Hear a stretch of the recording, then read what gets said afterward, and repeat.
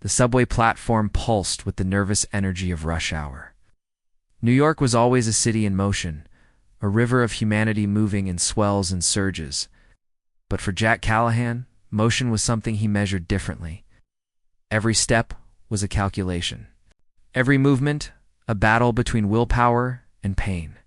His cane tapped against the worn tiles as he moved, the uneven rhythm marking him as different in a city that prized speed. When the pickpocket struck, Jack reacted without thought. Years of training came back like muscle memory reflex, instinct, precision. His cane hooked the thief's ankle, his grip twisted the arm. His body angled perfectly to use leverage instead of brute force. In seconds it was over. The young man pinned against the grimy wall, gasping as his wrist bent at an angle he wouldn't soon forget. The crowd gasped, then murmured. A ripple of disbelief moved through them. They'd written Jack off with one glance. The limp, the cane, the scar running along his jawline. They saw weakness. What they got was control, authority, and danger wrapped in a single human frame. Phones came up. Someone whispered, "Did you see that?" Another voice, like, "Some kind of cop?" Jack hated the attention. He tightened his grip for one last second, then released the thief into the hands of two subway officers who came running down the platform. The kid snarled, but didn't fight. That had already taken the fight out of him. The young woman, whose purse had nearly been stolen, stared at Jack. "Thank you," she said, clutching the strap tightly against her chest. She was maybe 25, hair tucked behind one ear, eyes wide with gratitude. Jack nodded once. "Keep it close next time." His voice was gravel, roughened by years of shouting over gunfire and smoke. Then he turned, leaning heavily on his cane, and walked toward the exit. The crowd parted for him. Respect, curiosity, and something else, recognition. Not of his face, but of what he carried. Authority earned, not claimed. Outside, the city hit him like a wave horns blaring, vendors shouting, the thick smell of roasted nuts mixing with exhaust. Jack tightened his coat against the September chill and started the long walk back to his apartment in Queens. His limp was worse when the weather turned cold. The steel pins in his leg ached like old ghosts, reminders of a mission gone wrong. He reached his neighborhood nearly an hour later. The laundromat downstairs was open, the hum of machines spilling into the street. His apartment sat above it. Two cramped rooms with peeling paint and pipes that groaned whenever he turned on the water. Spartan but quiet. Jack didn't need much anymore. He dropped his cane by the door and lowered himself onto the couch, every joint protesting. From the small kitchenette, he grabbed a bottle of bourbon and poured a glass. He wasn't supposed to drink. His doctors had warned him 1,000 times. But the burn was the only thing that quieted the noise in his head. The subway incident replayed in his mind. The way people had stared, the way the girl's voice had trembled when she thanked him. He had sworn off that world years ago, promised himself he would never step back into it. But old habits didn't fade. They lurked beneath the surface, waiting. He turned on the TV. Noise filled the room. News anchors droned about politics, crime, the endless churn of the city. Jack sipped, letting the bourbon coat his throat. Then his phone buzzed. He almost never got calls. The prepaid flip phone sat untouched most days, a relic like him. He flipped it open. Unknown number. Yeah, static, then silence. He frowned. Wrong number. He hung up. Outside, a car rolled slowly down the block. Jack's eyes narrowed. Old instincts stirred again. He sat in the dark for a long time, listening, watching. Finally, the car moved on. The next morning, Jack woke to pounding on his door. He blinked against the light seeping through the blinds. Pain radiated down his leg. He forced himself upright, grabbed his cane, and shuffled to the door. It was Mrs. Ramirez from downstairs, clutching her phone. "Senor Jack." "You are famous," she said, holding the screen up. He squinted. A video was playing, shaky, grainy, filmed on the subway platform. Him hooking the thief's ankle, pinning him with military precision. The caption read, "The Limping Hero of Queens." The view count ticked upward in real time. Jack swore under his breath. "Turn that off." Mrs. Ramirez only smiled. Everyone is talking about you. You saved that girl. He closed the door before she could say more. Inside, he sat heavily on the couch, phone buzzing with notifications he never asked. For someone had uploaded the video to every platform. Comments flooded in. Who is he? Retired cop? Ex-military? Hashtags sprouted like weeds. Jack rubbed his temples. He didn't care what strangers thought, but someone else might. Someone who remembered him not as a crippled has-been, but as the ghost who had once carried out missions in places most Americans couldn't find on a map, and if they saw this video, they would know. Jack Callahan wasn't as broken as they'd been led to believe.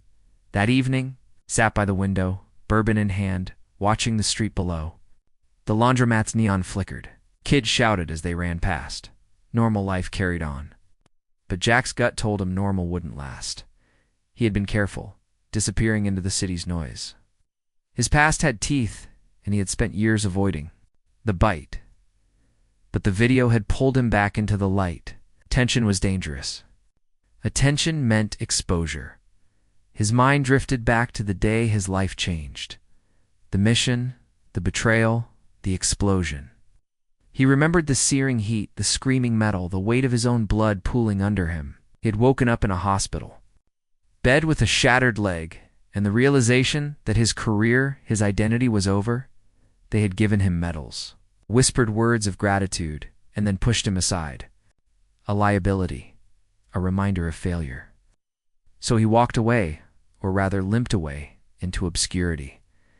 But obscurity was gone now, placed by shaky cell phone footage viewed by millions. Jack set the glass down and rubbed his scarred jaw. Somewhere out there, someone was watching the same video and smiling. Not with admiration, but with recognition, with intent. He had felt the eyes in that slow-moving car last night. He had learned long ago to trust his instincts. They told him one thing. Now, the past was coming, and this time it was limping straight for him. Morning crept into Queens with the sound of garbage trucks and car horns. Jack Callahan sat at his kitchen table, nursing a black coffee that tasted more like burnt paper than caffeine. The video still haunted him, though he hadn't watched it again. He didn't need to. Now the memory of the subway, the faces staring at him, the girl's grateful eyes was etched in his mind. What unsettled him wasn't the event itself, but what followed. The world had seen him move. And worse, the world had remembered. His phone buzzed. Jack ignored it. A minute later, it buzzed again. He flipped it open with a snap. Another unknown number. He let it ring out. The phone was a lifeline to anonymity, a prepaid relic with no history. But now, it was bleeding calls. Each one a reminder that anonymity had been compromised. He switched on the TV. The morning news blared. The limping hero of Queens? Who is he? Grainy footage of him sweeping the thief's ankle played on repeat. Pundits speculated. Retired cop? Disabled veteran? Martial arts instructor? Jack shut the TV off with a grunt. They didn't know, but someone out there did. He pulled a small notebook from a drawer. His handwriting was sharp, deliberate letters etched like field notes. He wrote 2 words. Burn everything. Jack had been ready for this day in the back of his mind. He had escape routes mapped, cash stashed in hollow floorboards, identities buried under layers of falsehood. But he also knew running invited pursuit. Disappearing again would only confirm to those watching that they'd found their man. Now, he had to stay still. Stillness could be camouflage. That evening, Jack went for a walk. His limp was worse, every step measured against pain. But he welcomed the movement, the way it forced him to focus. The streets were familiar. Bodegas, shuttered shops, graffiti-tagged walls.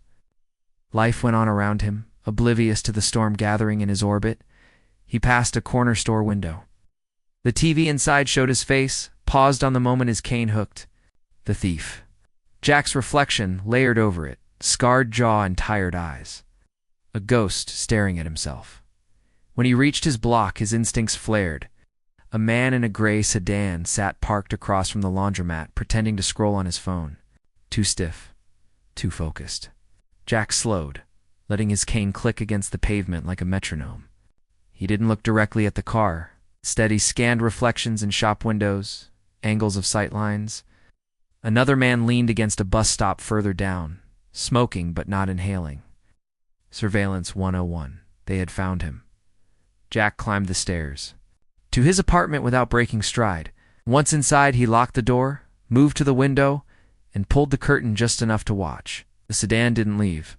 Neither did the man at the bus stop. He poured bourbon into his coffee mug and sat in the dark. At midnight, his landline rang. Not his cell phone landline. No one had that number. The sound echoing through the small apartment like an alarm. He let it ring 3 times, then lifted the receiver.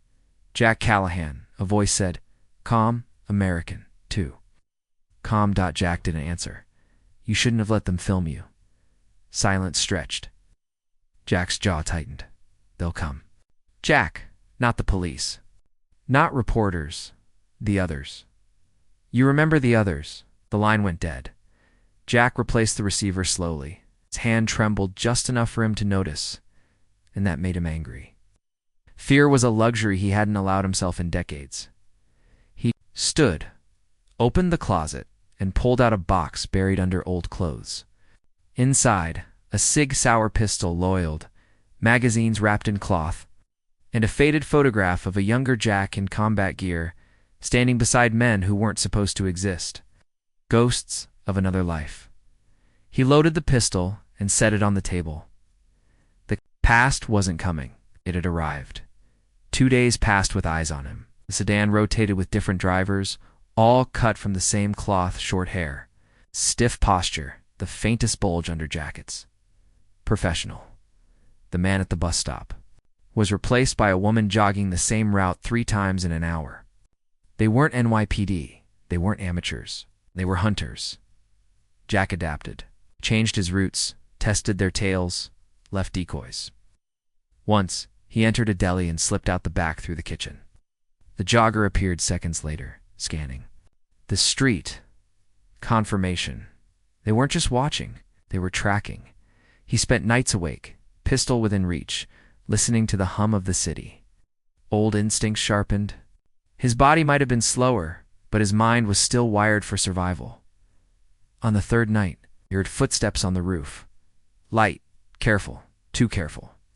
He moved silently, cane left behind, pistol steady in his grip. The fire escape creaked. As someone descended, Jack positioned himself by the window. The intruder's hand appeared first, gloved, followed by a shadowed figure lowering themselves with precision. Military precision. Jack slammed the window open and pressed the barrel against the man's forehead before his boots hit the floor. "Easy," the man said, hands lifting. His accent was American, but softer, Southern. "I'm not here to kill you." "Wrong, Roof," Jack growled. The man smiled faintly. "Not wrong. We've been looking for you, Callahan." Jack's grip tightened. "Who's we?" "The ones in the cars, not the ones with cameras. Someone who remembers the day they left you bleeding overseas." Jack froze, the bourbon burning in his gut. Only a handful of people knew what happened that day. Most were dead, the man continued, voice low. "They know you're alive, and they want to finish what they started." Jack's gun pressed harder against his skull. "Start talking, or you won't finish this sentence." The man's eyes flicked to the street below, where the gray sedan idled under a flickering lamp. "You think they're here to protect you? They're baiting you out, flushing you?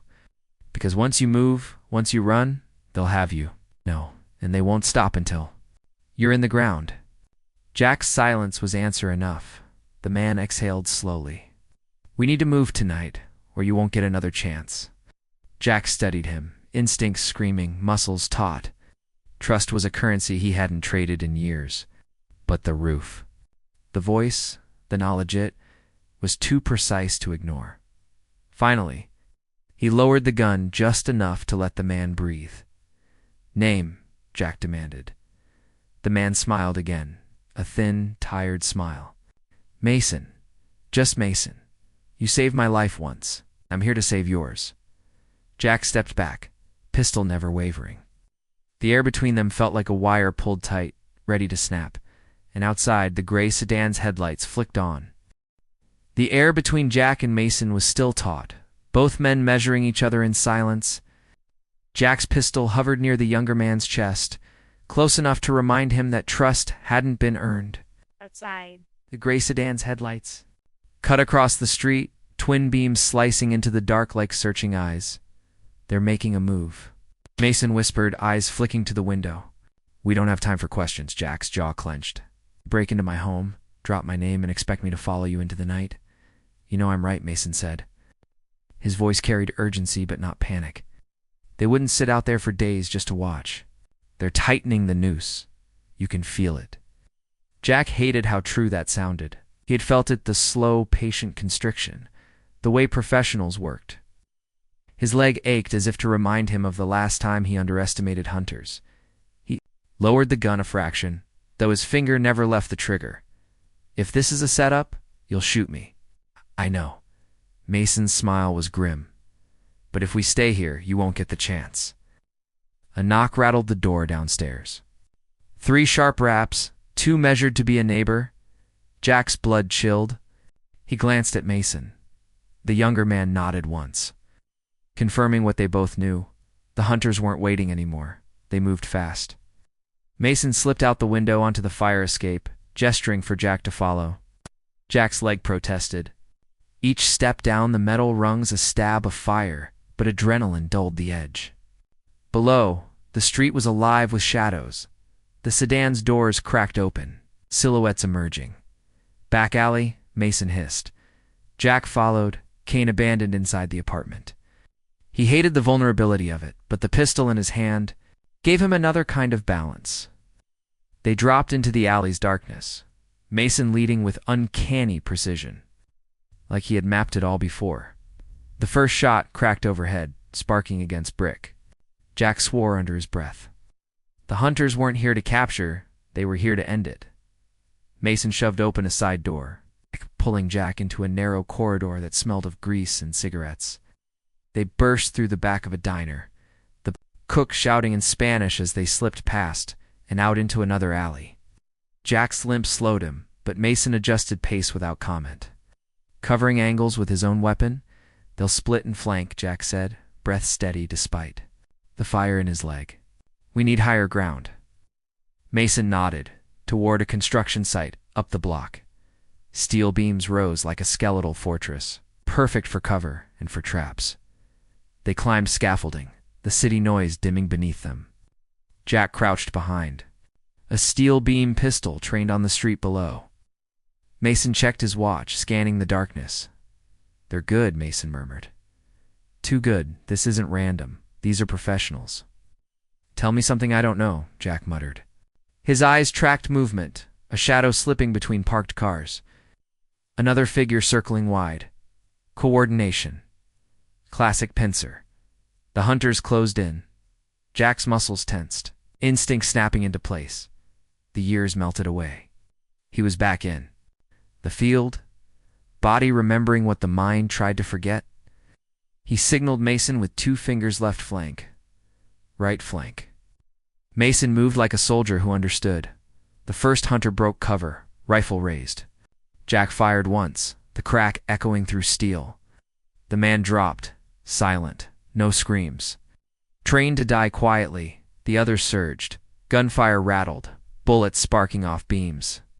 Jack shifted, every movement calculated to use angles and shadows. His leg screamed, but he pushed past it. Pain was old currency. He had spent it before. Mason returned fire, precise and efficient. 2 more hunters went down, but they kept coming, relentless, faceless. Whoever sent them had resources. Jack ducked. Behind cover, reloading with practice speed. They're not here for capture. This is cleanup. Cleanup of what? Mason demanded. Jack's eyes hardened. Of me. A grenade clinked against steel, rolling near. Jack's instincts flared. He grabbed it, heaved it over the scaffolding. Edge. The explosion ripped the street below, sending a shockwave up the beams. Mason shielded his face. Jack steady despite the blast. Silence followed. Smoke drifted. The surviving hunters retreated. melting into shadows with military precision. Not fear, not defeat, just withdrawal. Jack exhaled slowly, pistols still raised. They'll be back. Mason crouched beside him, chest heaving. You're not asking the right question. Not who they are. Who sent them? Jack knew the answer before Mason spoke the name. They called it Operation Damocles, Mason said quietly. The mission that left you bleeding, the one they said never happened. Back. And so are the people who wanted you dead. Jack's grip on the pistol tightened until his knuckles whitened. The ghosts of that day roared back fire, betrayal, the weight of blood. He'd buried it, but the grave had been shallow. The hunters weren't just after him. They were after something he had carried out of that mission, something he didn't even realize he still had. Jack turned his scarred face toward Mason, eyes cold steel. Then we stopped running. Mason studied him, then nodded once. Ow. Then we fight. Below, sirens wailed in the distance, drawing closer. But Jack knew better. This wasn't over. This was the beginning. And for the first time in years, he felt the old fire ignite, not just survival, but purpose. The night after the construction site ambush, Jack sat in a borrowed safe house and abandoned print shop in Brooklyn that Mason had secured. The air smelled of dust and ink, machines long silent, their gears coated in rust. Jack leaned against a work table, leg wrapped in gauze, bourbon in hand. His pistol lay on the table beside him, always within reach. Mason sat across the room, stripping and cleaning his own weapon with ritual precision. He hadn't spoken much since they slipped. The perimeter of the hunters, both of them moving like phantoms through back streets, until they were certain no one followed. Jack didn't ask how Mason had the safe house ready. He knew the type. Men like Mason always had holes to crawl into. Finally, Jack broke the silence. Damocles. The word felt heavy, poisonous. I buried that name. Mason's eyes lifted, briefly, then dropped back to the weapon in his hands. Burying doesn't mean gone. You know that better than anyone. Jack took a long pull of bourbon. The burn was familiar, grounding. They left me in pieces, said the mission never happened. My team. His jaw tightened. My team didn't walk out. And the ones who did I never saw again. That's not the whole truth, Mason said quietly. He set the weapon down, leaned forward. You weren't the only target that day. Damocles was bigger than you, bigger than your team. It was about leverage. Secrets buried where no one could find them, till someone started digging. Jack's eyes narrowed. Oh, right. You're telling me this isn't cleanup. It's containment. Mason nodded. Exactly. That. And you're the last loose thread. Jack exhaled, the weight pressing against his chest. He had spent years convincing himself the explosion, the betrayal, the scars were all the end of it. But he had been naive. Ghosts didn't stay buried. He circled, waiting. At dawn, Mason unrolled a map across the table, its edges curling, marked with pins and scribbled notes. It looked like a conspiracy theorist's fever dream. Jack recognized locations, warehouses, docks, safe houses he hadn't thought about in years. They've reactivated assets, Mason explained. Not just hunters, ghosts from old programs. Men who were supposed to be long gone. Jack studied the map, his gaze settling on a red pin in Manhattan. This one. Mason followed his eyes. Shell office. That front company for what, Damocles? Used to funnel money and weapons? It's live again. Money's moving through it. Big money. Jack straightened, his leg protesting. Then that's where we start. Mason frowned. Not ready for a frontal push. Can't run. Can't fight like you used to, Jack's glare cut him off. You saw me at the site. I'm not dead weight. You're not, Mason admitted. But they'll expect you to come. You're predictable to them, Jack. Old warhorse coming back to the field. Jack smirked faintly. Then let's be unpredictable. That night, they moved into Manhattan, under the city's cover of noise. Jack dressed in a dark jacket, cane hidden in the safe house, pistol concealed at his side. The limp was there, unavoidable, but he used it to his advantage. Another mask, another piece of camouflage.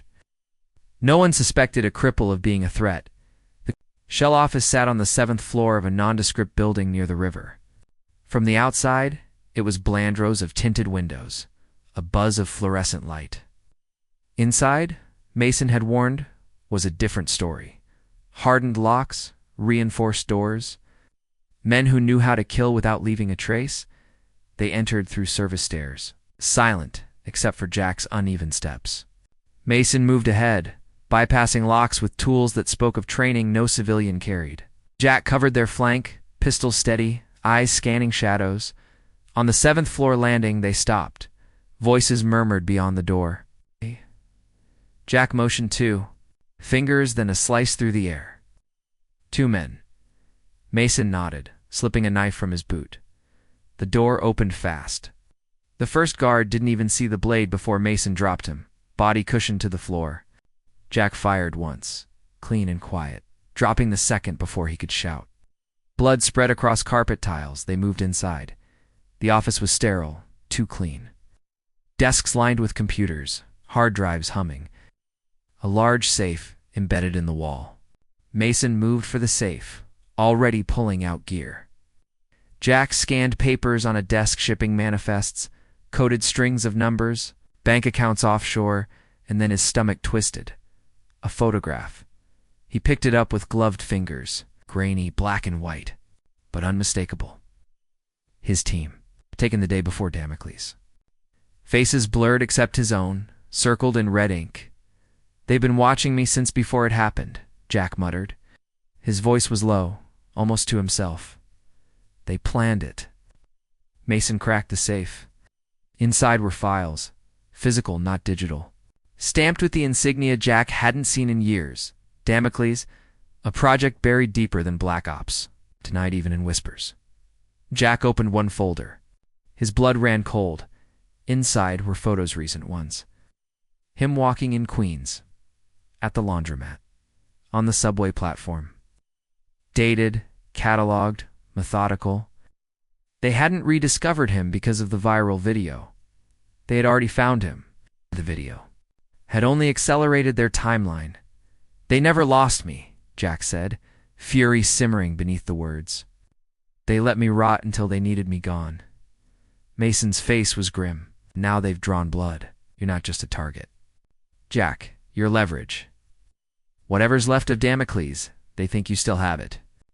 Jack snapped the folder shut, the sound sharp as a gunshot. "Then we show them I'm not leverage. I'm the problem they should have finished years ago." The escape was chaos. The hunters had anticipated intrusion. By the time Jack and Mason reached the stairwell, alarms blared and boots thundered from above and below. Mason swore, slamming the door shut, bracing it with a chair. "They'll box us in." Jack scanned the floor, spotted the maintenance hatch. Roof. They climbed fast, Jack's leg a scream of agony with every rung. But he pushed, forced, demanded his body obey. On the roof, the city stretched before them. Lights endless, river glinting. Helicopter blades thumped in the distance, growing. Louder, Mason raised his pistol, firing at shadows pouring from the stairwell. Jack joined, every shot measured, controlled. But there were too many. Tactical, trained, disciplined. A firing squad of ghosts. The helicopter rose into view, spotlight, cutting across them. Jack shielded his eyes, firing into the glare. Mason pulled him back as bullets tore across concrete. "Jump." Mason shouted, pointing to the adjacent roof. Jack stared. The gap was wide, his leg unreliable. But the alternative was death. Holstered his pistol, ran with every ounce of strength he had left, and leaped. For one terrifying second, the void yawned beneath him. His leg faltered midair, pain flashing white-hot. But his hand caught the ledge, fingers digging into stone. Mason's grip closed on his wrist, hauling him up as bullets shredded the edge behind them. They collapsed onto the rooftop, gasping. Jack's chest burned, his leg useless. But he was alive. For now, the helicopter swept past, hunting, but they melted into the shadows, slipping across rooftops until the noise faded. Hours later, back in the safe house, Jack sat in silence, files spread before him. Mason patched his leg, hands steady, despite exhaustion. "They'll never stop," Mason said quietly. "Not until you're gone." Jack stared at the circled photograph, the red ink like blood. "And we don't hide. We cut out the heart." Mason met his eyes. "That means going back to the source. The ones who built Damocles." Jack nodded, the old fire burning brighter than the pain. "Then we burn it to the ground." The safe house was quiet, but Jack Callahan's mind was a battlefield. Files lay scattered across the table like fragments of a broken mirror, each one reflecting back a piece of the truth. He stared at them in silence, bourbon untouched beside him. Mason sat nearby, eyes closed. But not asleep soldiers like him never truly slept. They only waited. Jack's leg throbbed, wrapped in fresh bandages, but pain had long ago stopped being an enemy. It was a reminder, a tether, keeping him sharp. What knotted him now wasn't pain, it was betrayal. The photograph on the table showed his old team. 5 men, 1 woman, ghosts. He traced their blurred faces with his finger, stopping at the circle drawn around his own. The ink glared like an accusation. It marked him before the mission, before the explosion, before the lies. Mason's voice cut the silence. "You're not sleeping. Neither are you." Jack didn't look up. Mason opened his eyes. "Leaning forward? We can't keep reacting. They'll always be 1 step ahead. We need to hit them." Jack finally lifted his gaze, steel blue eyes steady. "Then we find the head of the snake." Mason nodded. "I traced the money flow from that office. Offshore accounts, cutouts, false corporations, but it all funnels back to one place." He slid a folder across the table. Langford Industries. Defense contractor. Government sweetheart. In one of the original funders of Damocles. Jack opened the folder. Inside was a glossy photo of a tall building in downtown Manhattan, all glass and steel arrogance. Beneath it, a headshot of a man in a tailored suit, grinning like a wolf. "Richard Langford," Mason said. "CEO. Patriot on TV. Butcher in." The dark Jack studied the photo, jaw tight. "I've seen him before, you should," Mason replied. He signed off on Damocles.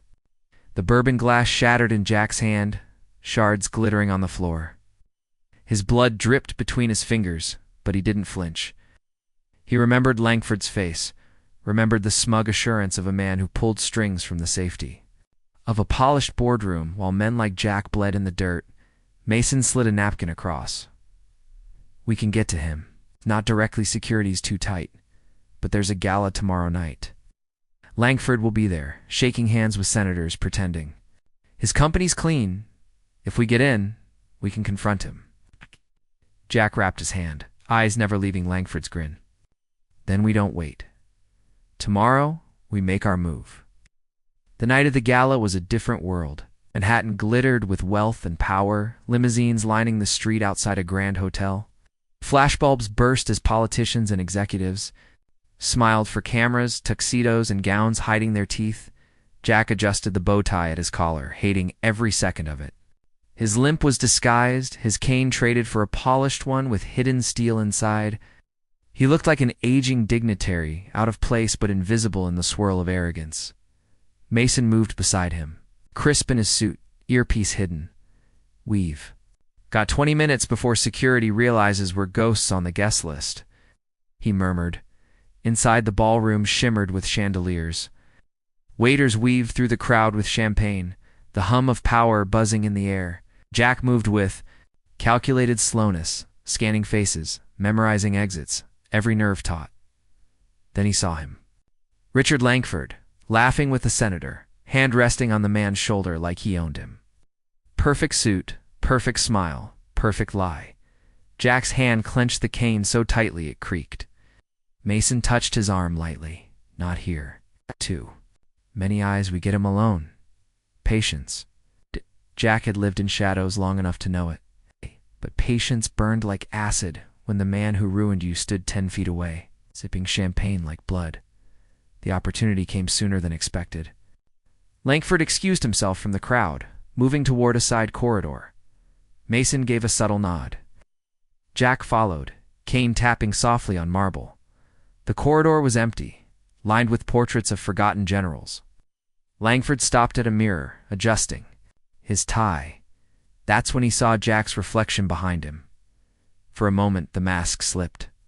Langford's eyes widened, shock breaking his perfect facade. "You," he breathed. Jack's voice was low, lethal. "You left me to die." Langford recovered quickly, smirk curling his lips. "You should have stayed dead. The world moved on without you." Jack's cane pressed against Langford's chest, pinning him against the wall with surprising force. "Why resurrect Damocles?" Jack growled. "What are you hiding?" Langford chuckled, though sweat beaded his brow. "I think this is about you. We're just a pawn." Damocles was never about mission Z, was about control. And control never dies. Mason stepped forward, pistol concealed at his side. "Names. Who's running it now?" Langford's grin widened. "Kill me and you'll never find them. Spare me and you'll wish you hadn't. Either way, you'll lose." Jack's eyes burned with fury, but he pulled back. Killing Langford here would end nothing. Answers were worth more than blood. For now, he leaned close, voice a whisper. "Then we'll burn every piece of it until nothing's left. And when you're standing in the ashes, I'll come back for you." Langford's smile faltered. They slipped out of the gala, vanishing into the Manhattan night before security could react. Back in the safe house, Mason dropped a flash drive onto the table. Got it from his pocket when you pinned him. Encrypted. But this is the real treasure. Jack stared at it, the weight of war returning to his shoulders. The drive wasn't. Just date it was a fuse. Damocles was the bomb waiting to explode. Mason leaned back, exhaling. "Hit them hard, Jack. But after this, there's no going back." Jack closed his fist around the drive, the scar on his jaw tightening as he spoke. "There never was." The flash drive sat between Jack and Mason like a live grenade. Its weight wasn't in ounces, but in secret secrets, powerful enough to burn governments, topple companies, and bury men who had spent decades pretending to be untouchable. Jack Turned it in his scarred hands, the plastic casing cold against his skin. He knew the moment they cracked it open, they'd be marked men. If they weren't already, Mason hunched over a battered laptop, his fingers moving with deliberate speed. Lines of code flickered across the screen, encryption peeling away layer by layer. Jack sat in silence, pistol across his lap, eyes fixed on the door. His instincts screamed at him. The air felt too still, too heavy, quiet before the storm. Finally, Mason leaned back. Got it. Screen filled with files, folders labeled with cold precision, operations, personnel, contracts. At the center, Deimos_Core. Mason clicked it open. Names spilled across the screen. Senators, generals, CEOs, some alive, some long dead. Their legacies funded by blood and shadows. But one name froze Jack's breath in his chest. Colonel Nathan Briggs. The man who had commanded Operation Damocles. The man who had sent Jack and his team into the fire. It's the man Jack believed dead for more than a decade. Mason read the dossier aloud. Briggs didn't die. He disappeared. Took a golden parachute into the private sector. Now he runs Black Aegis BMC. With contracts on 3 continents. And guess who signs their checks? Langford. Jack's fist tightened around the pistol. Briggs, the ghost who crippled him, the architect of betrayal, still alive, still pulling strings. Mason's eyes met his. Take him down. Damocles dies with him. Jack exhaled slowly. Then we finish it. They tracked Briggs to an airfield outside Newark. Private, fenced, guarded by men in tactical black. A plane waited on the tarmac, engines humming low. Briggs was leaving, slipping into the wind like he always had. Jack and Mason moved through the shadows. The night heavy with anticipation. Jack's limp was pronounced, every step a reminder of the fire that had nearly ended him. But the weight of his pistol, the steel of his resolve kept him steady. They cut through the fence, moving silent as phantoms. Guards patrolled in twos. Mason dispatched one with a knife, Jack dropping the other with a silenced round. They dragged the bodies into the dark and pressed forward. At the hangar, Briggs appeared. Older, grayer, but unmistakable. His stride still carried authority, his posture arrogance. Flanked by guards, he strode toward the waiting plane. Jack felt rage coil in his chest, hot and sharp. He raised his pistol, sight locked on Briggs' skull. Mason's hand touched his arm. "You're not yet. We need him alive." An inch, jaw clenched. Alive is optional. They struck fast. Mason created the distraction, gunfire rattling from the shadows, drawing guards into chaos. Jack moved in close, his limp betraying him, but his aim perfect. 3 guards dropped before they knew where the shots came from. Mason covered his flank, efficient, precise. Briggs froze at the base of the stairs to the plane. His eyes locked on Jack, and recognition flared. "Callahan," Briggs said, voice cold, measured. "I should have known." Jack stepped from the shadows, pistol leveled. "You left me for dead." "We're already dead," Briggs replied, unfazed. "Just too stubborn to lie down. Damocles was never about you. It was about control," Jack growled. "I know, and now it ends." Briggs smirked. "Kill me, and another will take my place. That's how the world works. You can't stop it. You're broken, Jack. A relic, and relics belong in the ground." Jack's finger hovered on the trigger, but Mason's voice cut through. "We need proof. The files aren't enough without a face. Testifies Damocles burns." Jack's mind warred with itself. Rage demanded blood. Justice demanded exposure. For a moment, he saw both paths, one ending with Briggs' body on the tarmac, the other with Damocles collapsing under the weight of its own secrets. Then the decision was made for him. A guard surged from the shadows, rifle raised. Jack spun, firing. The shot rang true, but in that heartbeat of distraction, Briggs moved, lunging.